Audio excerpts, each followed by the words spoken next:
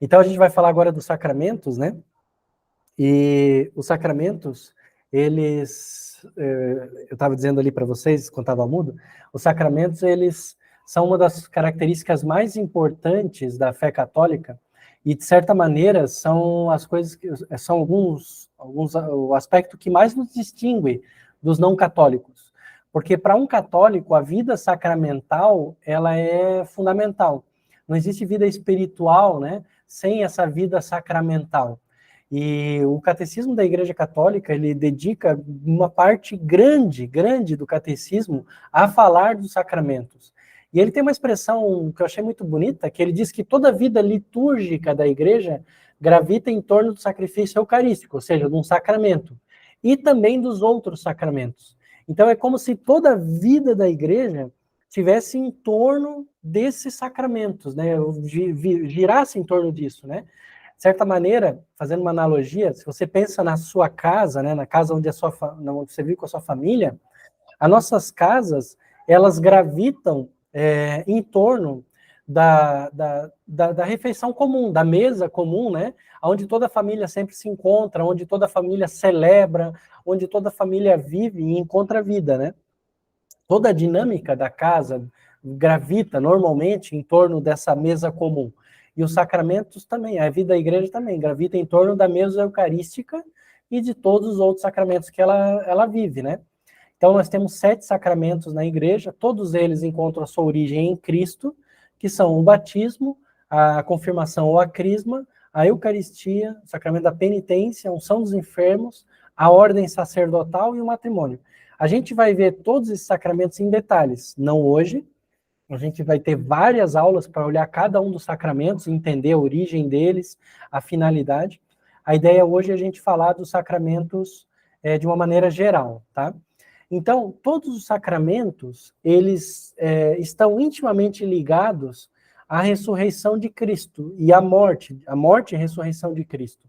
Porque todos os sacramentos, eles têm como finalidade dar a vida espiritual para o ser humano. E a gente encontra a origem, a força dessa vida sobrenatural, né, nos sacramentos. Então, por isso que a gente diz, por exemplo, que o mistério pascal, o mistério da morte de Cristo, ele é o elemento central da nossa fé e não é um elemento que tenha ficado no passado. Cristo morreu e pronto, acabou, né? Não, é um elemento que é revivido sempre, revivido justamente e principalmente através dos sacramentos.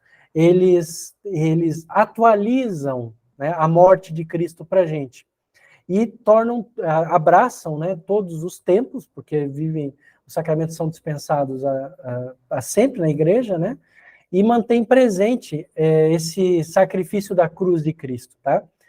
Você pode pensar nos sacramentos como uma espécie de forças que saem de Cristo, saem do corpo de Cristo. Essa é uma expressão de São Lucas, tá?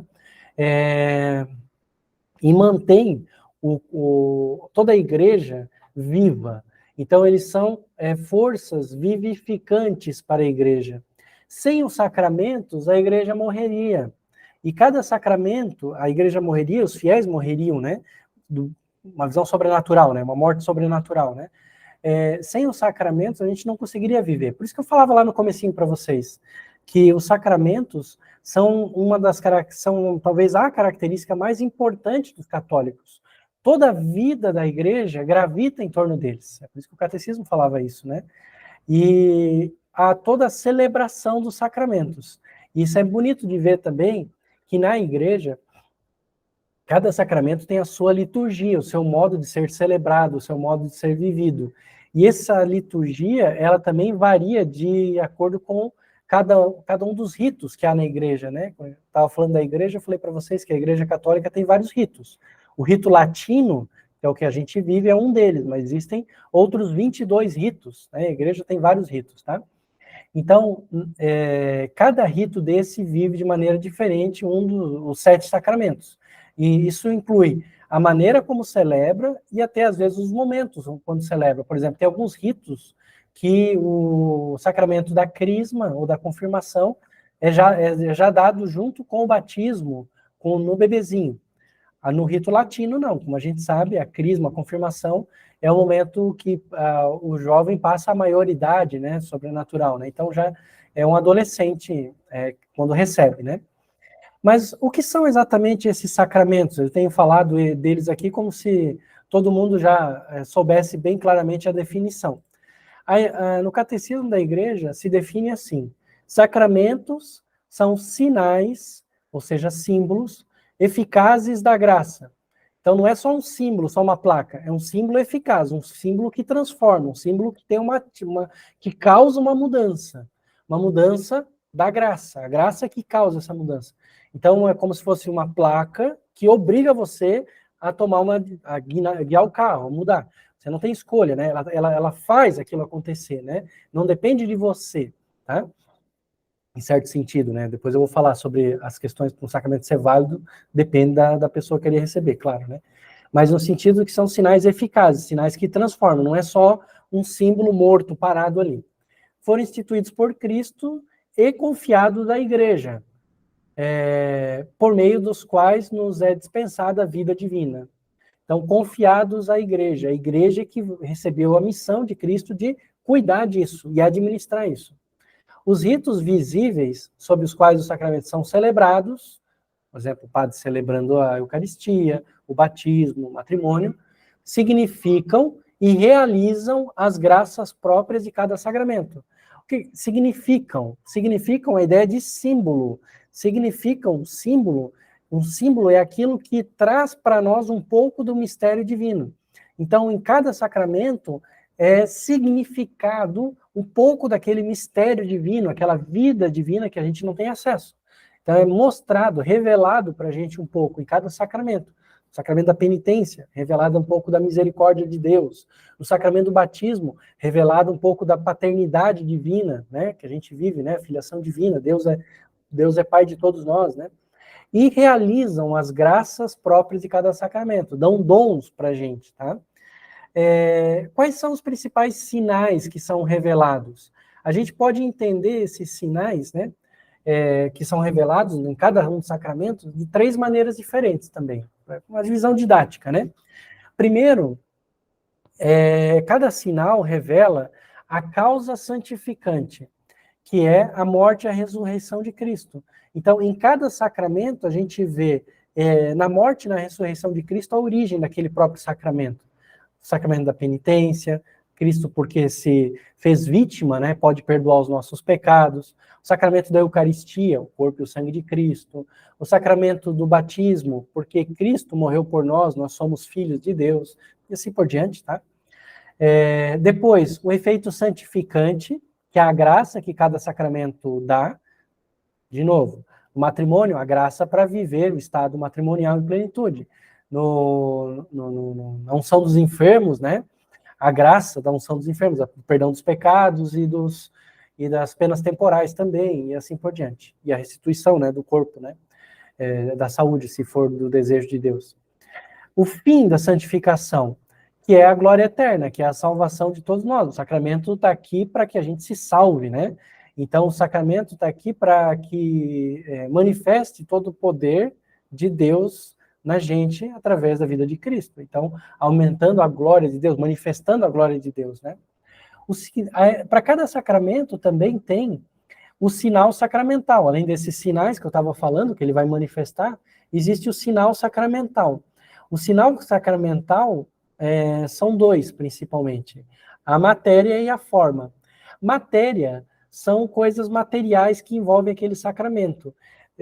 Bonito da gente ver que na fé católica, nos sacramentos, através dos sacramentos, a união do material e do espiritual. Os dois trabalham juntos. Nosso padre, São José Maria, dizia que o céu e a terra se tocam nos sacramentos, né?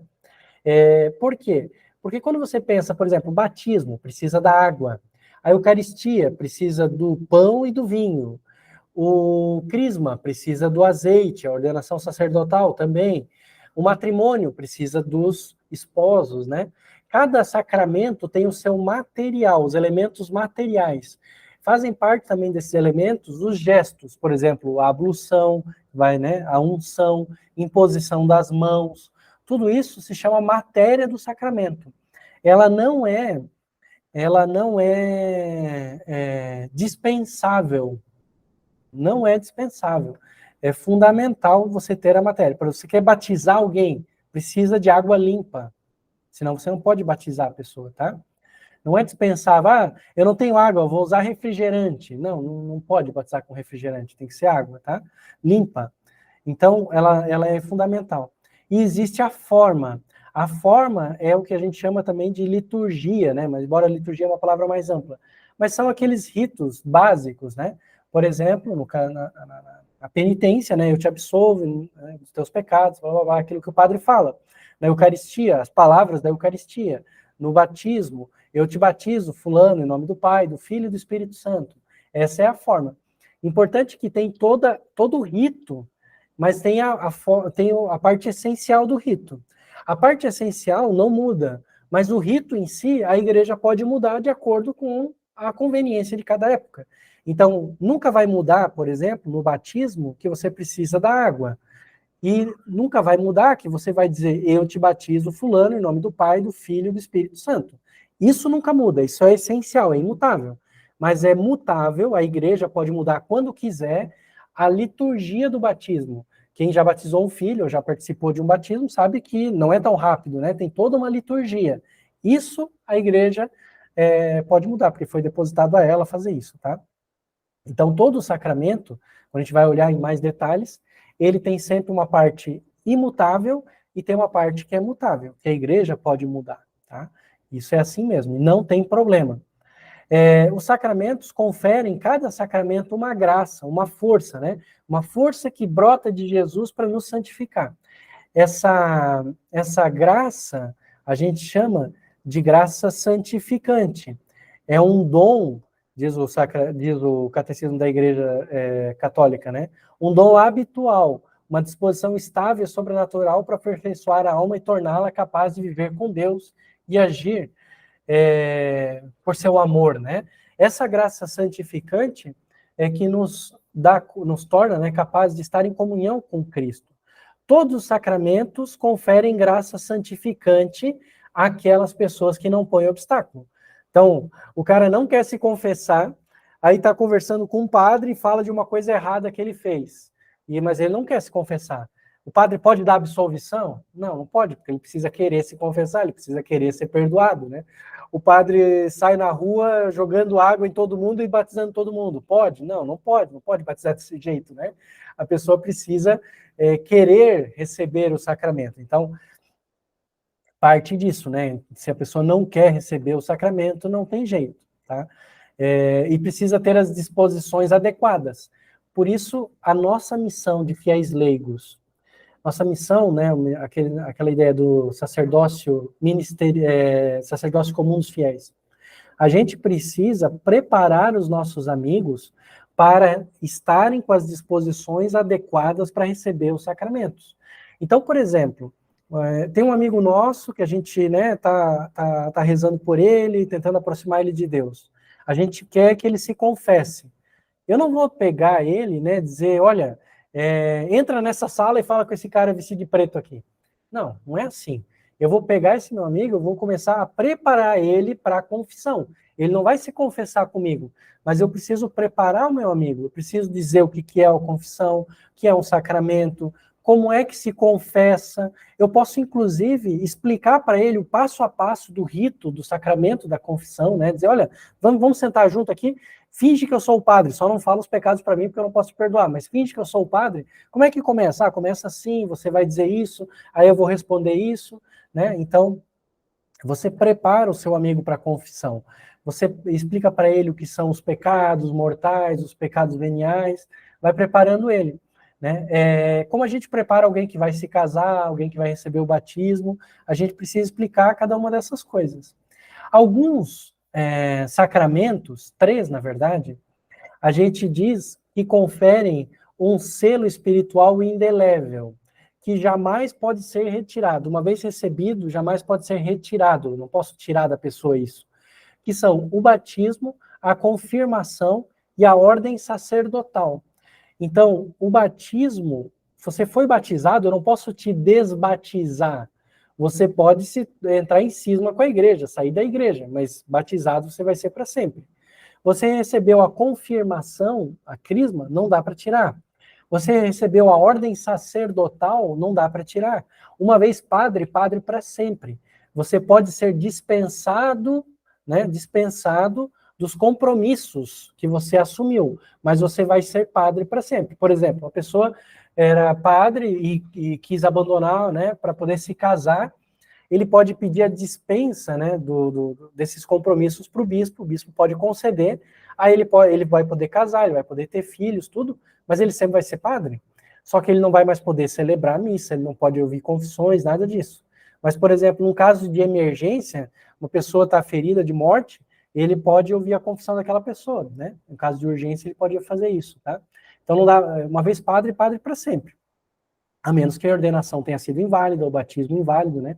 Você estava andando na rua, o padre jogou água e disse que te batizou, foi inválido, né? Então não valeu, tá? Mas fora isso, é um caráter indelével, não dá para tirar.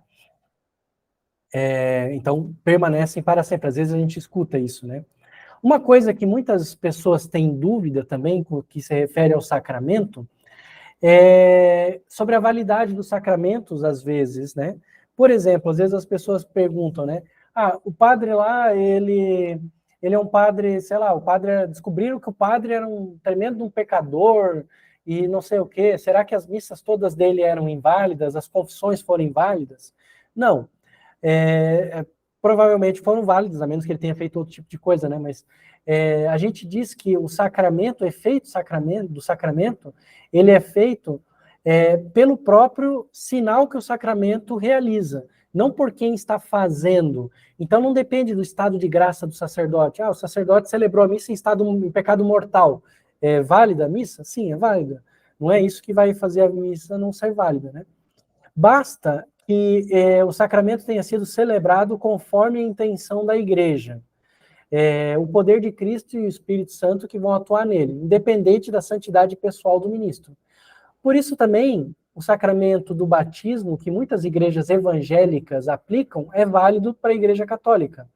Porque basta que eles sigam o mínimo do rito, que é o que está na Bíblia. Fulano, eu te batizo em nome do Pai, do Filho e do Espírito Santo com água.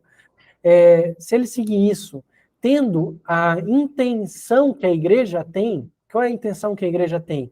Que é que ao receber aquele sacramento, ele seja perdoado do pecado original, né, libertado, né, do pecado original, e se torne filho de Deus. Se a pessoa que batizou tem essa intenção, então ele é válido, tá? É diferente, por exemplo, de eu me digo, de repente, ó, a partir de hoje eu sou o Padre Alexandre, e aí eu vou celebrar a missa. Não, porque aí só é válido se eu tivesse recebido a ordem sacerdotal, né? Então, não recebi, daí não pode, né? O sacramento da ordem, para alguns sacramentos é necessário, não é dispensável. Para o batismo é dispensável. Você não precisa ser padre ou diácono para batizar alguém, embora a igreja peça que seja, né? Por exemplo, um filho meu nasceu com risco de morte e eu batizei ele na sala de parto. Mas depois a gente fez a complementação dos ritos do batismo, tá? Então, eu pude batizar o meu filho, ele foi batizado por mim, na sala de parto, mas depois eu levei para um sacerdote na minha paróquia para fazer a complementação do rito, tá? Não é que ele batizou de novo, porque só pode ser batizado uma vez, justamente por aquilo que eu estava falando para vocês. O sacramento do batismo, da confirmação e da ordem é indelével. Então, não se pode batizar uma pessoa duas vezes. Uma vez batizado, está batizado para sempre. Tá? No credo, a gente fala isso, né? Creio num só batismo para a remissão dos pecados. Então, creio num só batismo. Às vezes, o pessoal ouve falar, né? Ah, o cara é católico, virou evangélico e vai ser batizado. Tá errado, né? Tá errado, só pode ser batizado uma vez. Tá? Então, a eficácia dos sacramentos, ela não deriva da santidade do ministro, da santidade do padre, ou do diácono, né, de quem está fazendo o sacramento. A eficácia do sacramento deriva de Cristo. É porque Cristo atua no sacramento, tá? Agora, interessante, a eficácia não depende de quem celebra, mas os frutos dependem de quem recebe. Quanto mais bem formado uma pessoa está ao receber um sacramento, maiores os frutos que ela vai colher daquele sacramento. Quanto maior o estado de graça da pessoa ao receber um sacramento, maiores os frutos para receber aquele sacramento, né? Por isso, por exemplo, que se pede que antes do sacramento do matrimônio, os esposos se confessem, para estar em estado de graça e assim receber em melhores disposições o sacramento do matrimônio. Por isso que se pede que as pessoas se confessem antes de receber o sacramento da Eucaristia, a primeira comunhão. As criancinhas vão lá se confessar, né? Em geral, na semana da Eucaristia, né? Vão se confessar com o padre. Vão se confessar para receber a crisma também, né? Não se pede que se confesse para receber o batismo, porque o batismo redime todos os pecados, né? Isso a gente vai falar no sacramento do batismo, tá? É o único que não se pede que se confesse antes, né? Todos os outros se aconselha que se confesse antes. Porque, embora a eficácia não depende de quem administra, depende de quem recebe, tá?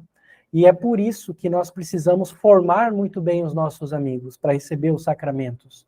Porque pode ser que a gente tenha amigos que estão recebendo, por exemplo, estão indo na missa e comungando, mas não estão recebendo todos os frutos que poderiam receber daquela comunhão. Isso é bem importante, tá? E para finalizar, para fechar aí hoje, tem, além dos sacramentos, uma outra coisa que tem um nome parecido, mas é diferente, que são chamados sacramentais. Não sei se vocês já ouviram falar dos sacramentais. Sacramentais são, por exemplo, água benta é um sacramental, usar um escapulário, né, é um sacramental, uma bênção é um sacramental, todas essas coisas, uma imagem, né, abençoada, uma estátua, né? Tudo isso são sacramentais, tá? Eles são sinais sagrados.